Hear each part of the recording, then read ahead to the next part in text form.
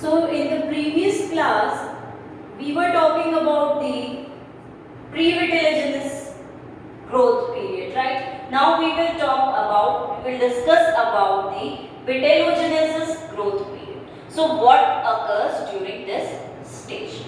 The name already suggests that here vitellogenesis process occurs.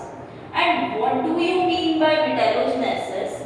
Is just nothing but yolk formation.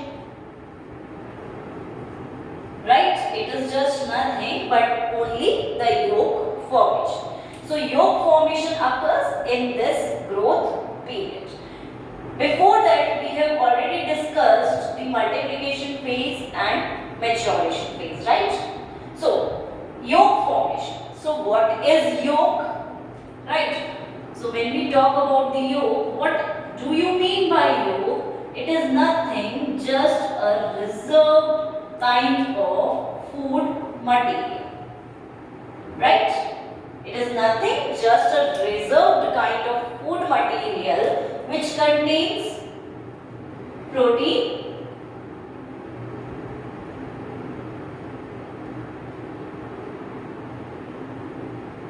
fats, carbohydrates, and in some amounts glycogen.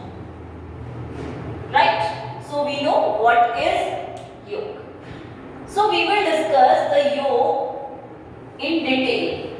Right? This was the general view what is yolk, but now we will discuss yolk in detail. So, physiochemical nature of yolk.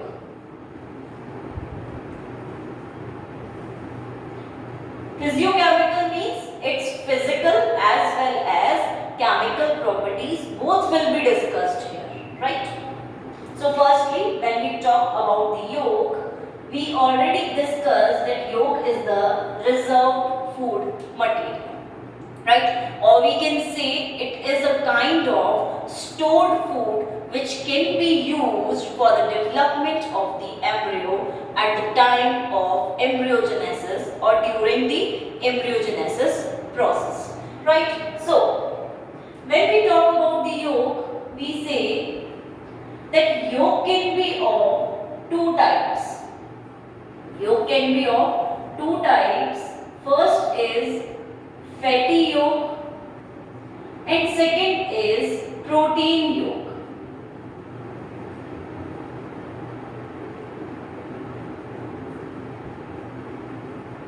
Alright. So, what do you mean by fatty yolk? Is that it contains fats in high amount and it is protein because it contains proteins in high amount. So, two types of yolk can be called as. We say that protein yolks are present in the microlecithal type of eggs, right, which contains very low amount of yolk. So, protein yolk is present in microlecithal eggs and fatty yolk is present in polylecithal type of eggs, right, which contain high amount of yolk.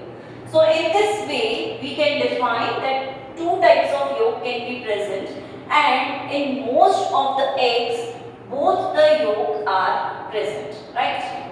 But we can certainly sometimes define that how or which type of egg contains which type of yolks, right? Otherwise, all of the eggs contain both the types of yolks.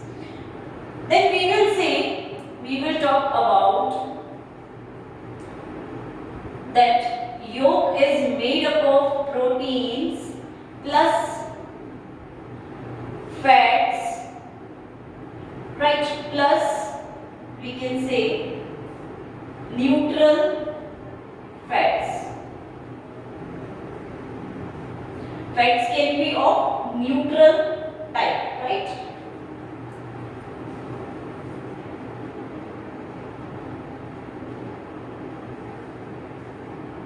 lipids, or we can say phospholipids. That means lipids are attached with the phosphate groups. So all these components form the yolk, right? So in this way yolk is formed. Now when we talk about the yolk can be of two types, as we can discuss. Firstly, we will say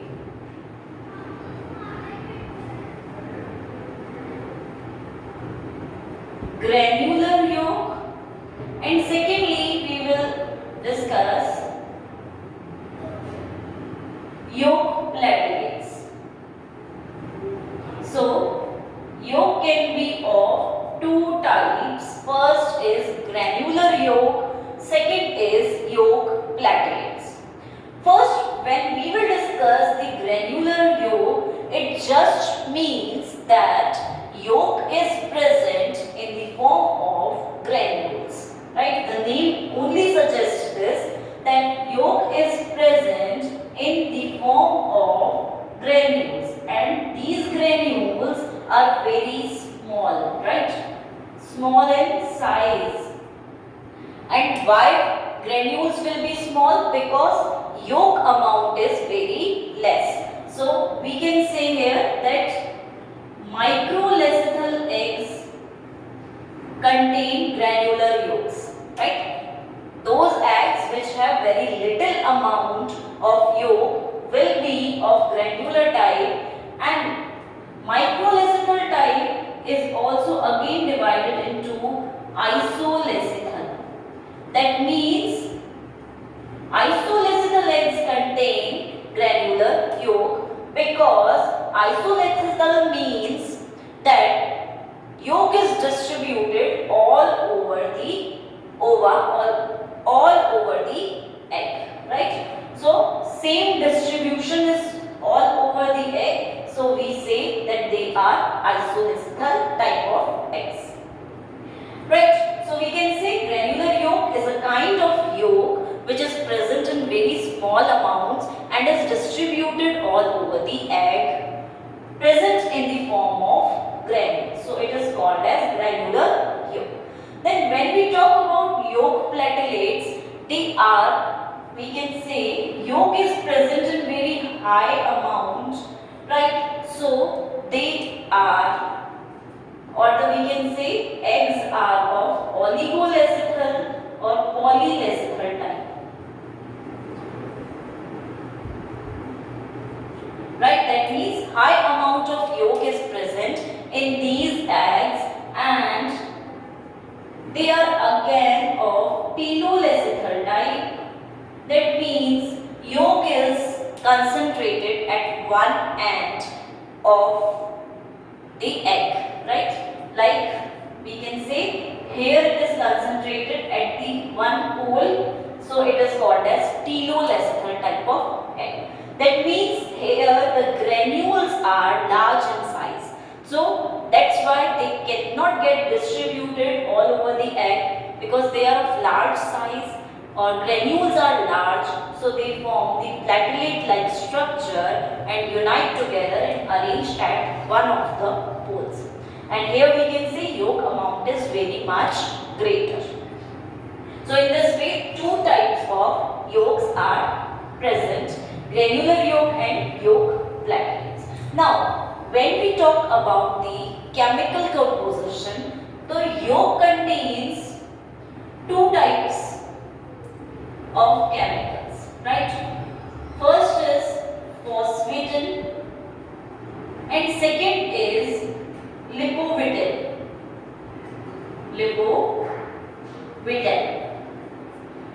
Right? Now, when we talk about the phosphatin, that means it contains phosphate plus protein. Alright? And phosphate present in it is 8.4%. Right? 8.4% of phosphate is present in this. That's why because phosphate is more in amount, that's why it is called as phosphatin, and it contains phosphate plus proteins, right? Now, when we talk about lipovitamin, it contains lipids plus proteins, and lipid is in high amount, and we can say that it is approx 15.5% lipid is present, right? So this is the amount of lipids present here. Now, when we talk about the molecular weight of these two chemicals, or we can say substances, so the molecular weight of phosphatin is approx, we can say,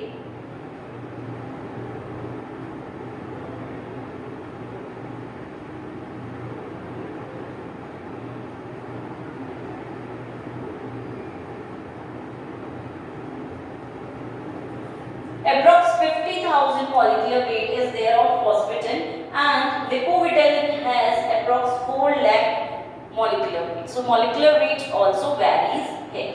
And when we talk about the yolk platelets, so when they form the yolk platelet, two molecules of phosphatin combine together with one molecule of lipovitamin, and thus as a result they form the yolk platelet, right? So in this way they form. So two molecules from the phosphatin part and one molecule from lipovitamin, they all together combine to form yolk platelets, right? One thing we can say that yolk platelet is formed as such, but the basic unit or the fundamental unit of yolk platelet is what? These three molecules only. These are the basic units which combine together, right? Which forms polymerization like structure and thus form the yolk. So these are fundamental, or we can say basic structural unit of the yolk platelet. Now, one thing which we call is the structure which these units combine together and makes is called as hexagonal crystalline lattice. So they form a kind of lattice-like structure and combine together in that way. So in this way, yolk platelets are formed and they appear to us as hexagonal crystalline lattice structure, right? So when we talk about the structure, we will see the structure.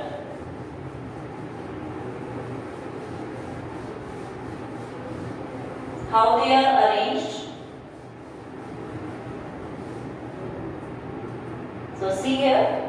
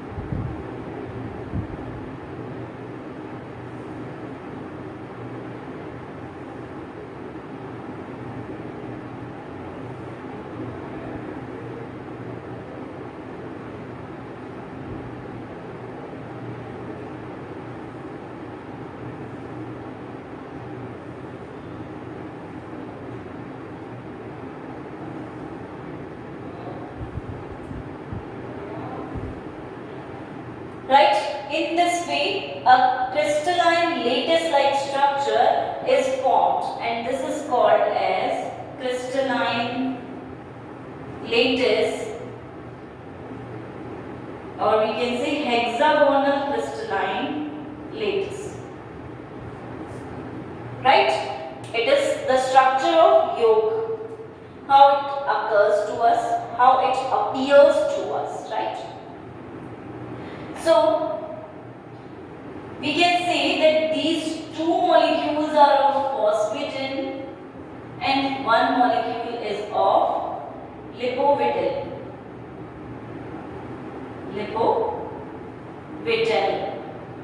Right? So in this way they are arranged, and we can say 81 angstrom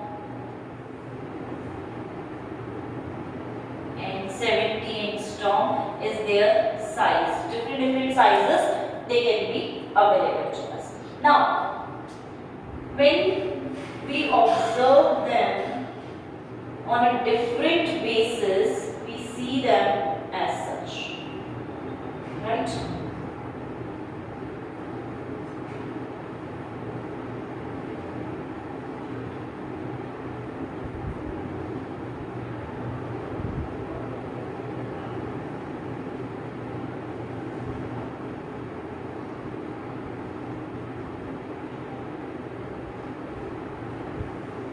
They are arranged in this form.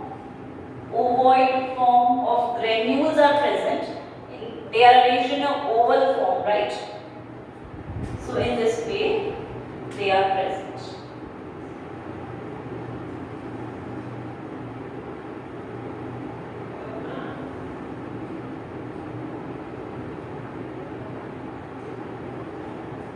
Right? So in this way, in three groups, they are arranged together and join each other. Two molecules are of phosphatin and one molecule is of lipovitin. Right? So we can say this is all a structural unit, right, which forms the yolk. So we have discussed the physico-chemical nature of the yolk, that how it is present there, right?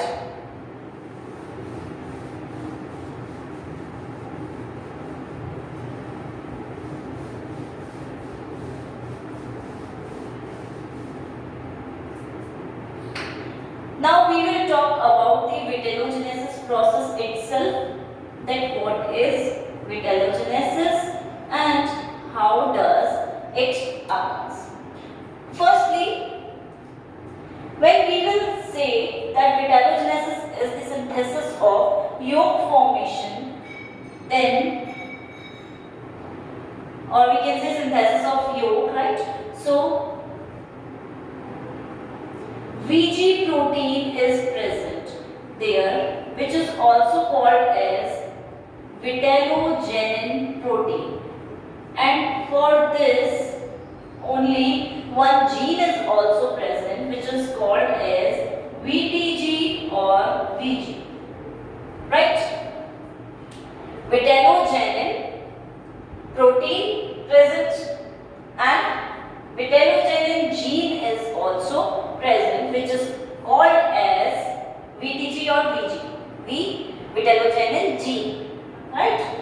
So in this way, this gene is present there. It helps in the movement of yolk, right? It makes the yolk move from one place to another. So it helps in the movement of yolk as well as it helps in the formation of yolk also. And we talk about this protein. This protein is of lipoprotein,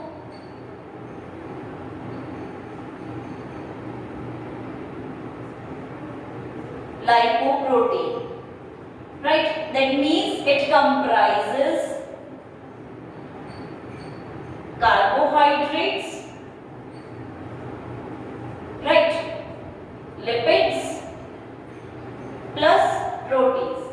That means it has all the three components needed for the formation of the yolk. So it is a glycolipoprotein, right, and it is present where the yolk is formed. So it helps in the formation of yolk as well as movement of yolk, and it is the very important gene responsible for vitellogenesis.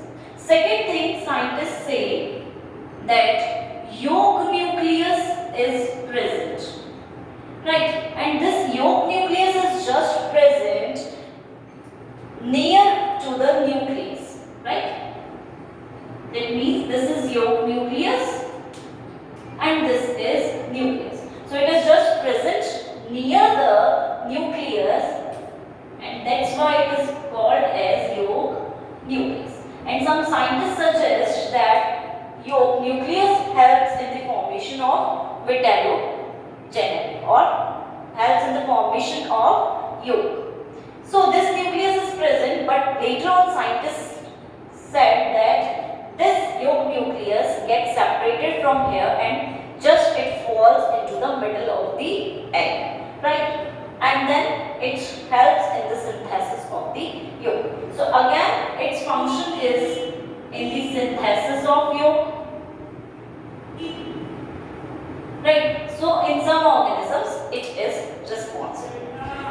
Then when we talk about other organisms, we say that some organelles are responsible for yolk formation. Like we say mitochondria is responsible, endoplasmic reticulum is responsible, and ribosomes, all these structures are responsible for the yolk formation, or we can say that they have the potential to form the yolk. That means yolk is formed just inside them. So these organelles are also responsible for yolk formation. Then when we talk about mitochondria, so in amphibians we have noted that mitochondria, or we can say mitochondrial clouds like structure is present and yolk synthesis occurs there, and later on from there yolk comes out, and wherever it is transported to such regions, or we can say such places, right? So amphibians have mitochondrial clouds like structure and yolk synthesis occurs there. And now we can see the structure of mitochondrial clouds and how they are present, right?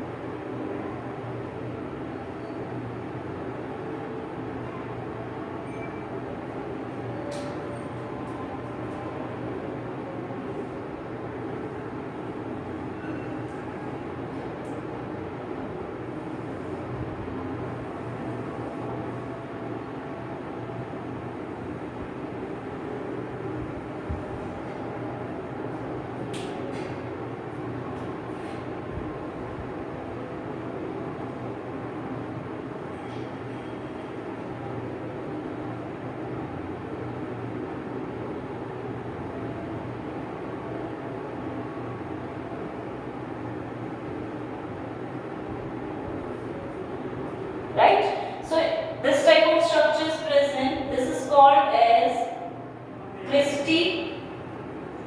This is called as yolk platelet. Right? Mitochondria. And this is just a cloud-like structure where all the mitochondria combines together, or we can say come together, and here they form or they synthesis the yolk. Now, later on, scientists concluded that all these structures are okay, that they form yolk or they help in the synthesis of yolk, but they confirmed that yolk synthesis occurs in other body parts other than the egg, and then they are transported to the egg, right? Like in insects, they confirm that fat bodies synthesize the yolk, and in mammals they confirmed, like in humans, they confirmed that liver synthesize the yolk. So, yolk is formed in these structures and later on it is transported to the egg, right? So, in this way, vitellogenesis was described by different scientists, and they have different theories of synthesis of yolk. So, according to their theories, they explained that how vitellogenesis occurs. Now, one question arises that if yolk is formed outside the egg, right, then how they are transported? So, there is a simple reason behind this, right? How yolk is transported.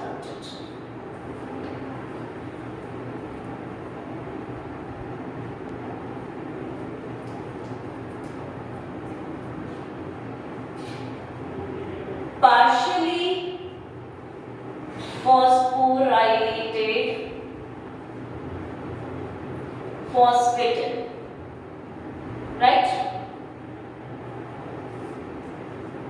It is the soluble form, right?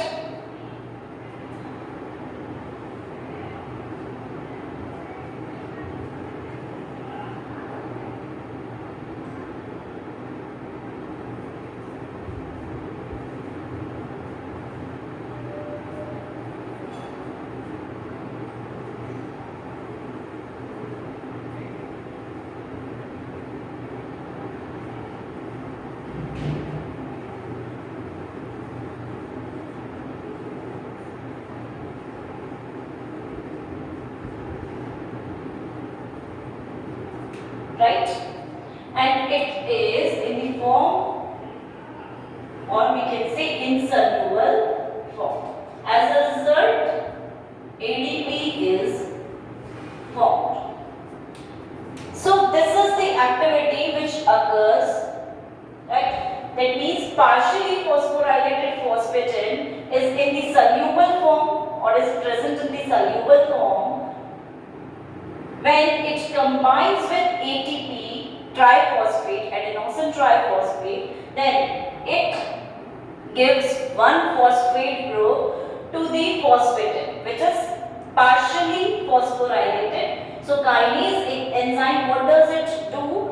It shifts one phosphate group from here to here. So it gets converted to fully phosphorylated phosphatin, and ATP converts to adenosine diphosphate because one phosphate group is attached to this group, right? This protein. So this comes in the insoluble form. So in this way, kinase enzyme helps with this. So when we are saying that liver is forming the yolk, right? So it needs to get transported to the egg. So how it will get transported? Now we will see that liver has insoluble form of yolk, that is fully phosphorylated phosphatin, right? Because it is formed in this way only. So phosphatin is in, we can say, fully phosphorylated or insoluble form.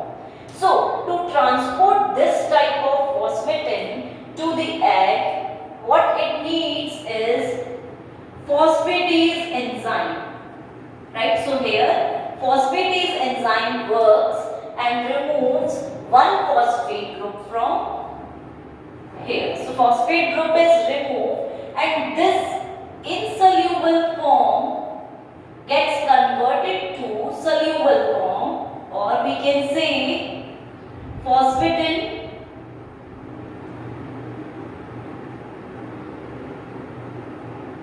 partially phosphorylated, right? Half phosphorylated or partially phosphorylated, because one phosphate group is removed from here. So it comes in the soluble form, and in soluble form it can get transported to here, right? Now phosphatin reaches here, which is of which form?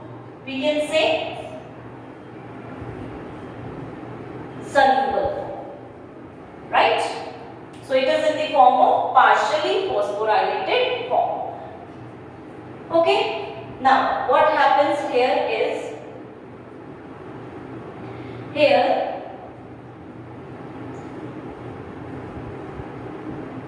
pinocytosis activity occurs, and the yolk, or we can see the phosphatin, is present in the forms of vesicles here, right? So there are vesicles which contains phosphatin inside them, and these vesicles just enter into the egg by the process of pinocytosis, right? So egg receives these vesicles, and in the inside of the egg, these vesicles break their membranes, right, and release the phosphatin form. In this way they break their membrane and release phosphatin form, which is partially phosphorylated. So all this activity is going inside the egg only, right? So as a result here, this phosphatin now gets converted to which form? Insoluble form, or we can say fully phosphorylated form. So here kinase enzyme works and it converts it into that. And now two phosphatin molecules combines with one lipoptyrin molecule, right? And yolk platelets are formed, right? So all these type of processes occurs there. So we say how transportation is occurring. Yolk is formed in liver, suppose, or we can say fat bodies in insects, right? From here it is in insoluble form, so phosphatin is converted to first soluble form with the help of enzyme phosphatase. One phosphate group is removed, it is converted to soluble form, which is the partially phosphorylated form. It gets transported to the egg in the form of vesicles, and membrane bound vesicles enter into this by the process of pinocytosis. Pinocytosis, they receive the vesicles by this process, right? And then vesicles are membrane bound, so their membrane breaks off.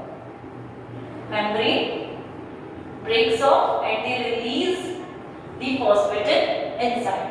This phosphatin is converted to insoluble form kinase, so that it can't get transported out of the egg or get deposited there. So as a result, two phosphatin molecules combine with one molecule of lipoptyrin and yolk is formed as such. So vitellogenesis process is very much clear to all of you, I suppose, that it is a very simple process and does not involve too much complications.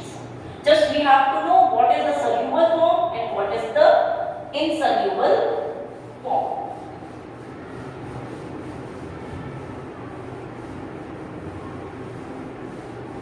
Now we will discuss about the functions of yolk. Yolk has specific functions as well. So what are the functions of? Firstly, we will say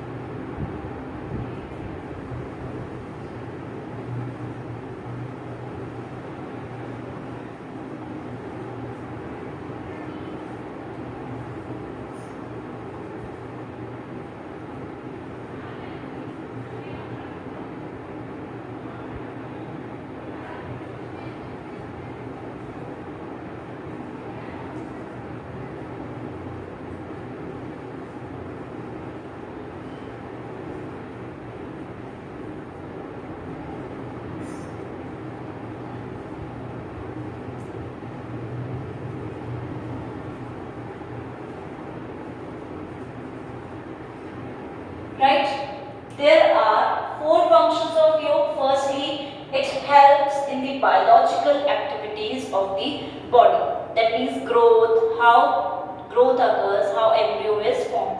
So it helps in biological activities. Secondly, we can say it is providing nutrition to the growing embryo. Without it, embryo can't be grown to such an extent, right? So it is just providing nutrition or nourishment. Thirdly, we can say it provides the substances needed for the growth, right? Like we can say raw materials is provided by the yolk, and then this raw material or this protein or fat content then work together to make different proteins of the body. So raw material is provided by the yolk itself, and then that raw material is used by the body to form different structures, right? And lastly, we can say that all the cleavage activities, all the patterns of cleavage, how cleavage is acting on, secondly symmetry, differentiation, all the activities of the egg are controlled by yolk. That means its amount is less or higher. All activities depends on the amount of yolk and how the yolk is distributed. So all these activities are dependent upon the yolk distribution and yolk pattern, and how the egg is of which type. We can say microlecithal, oligolecithal, polylecithal. So on that basis also cleavage patterns are dependent.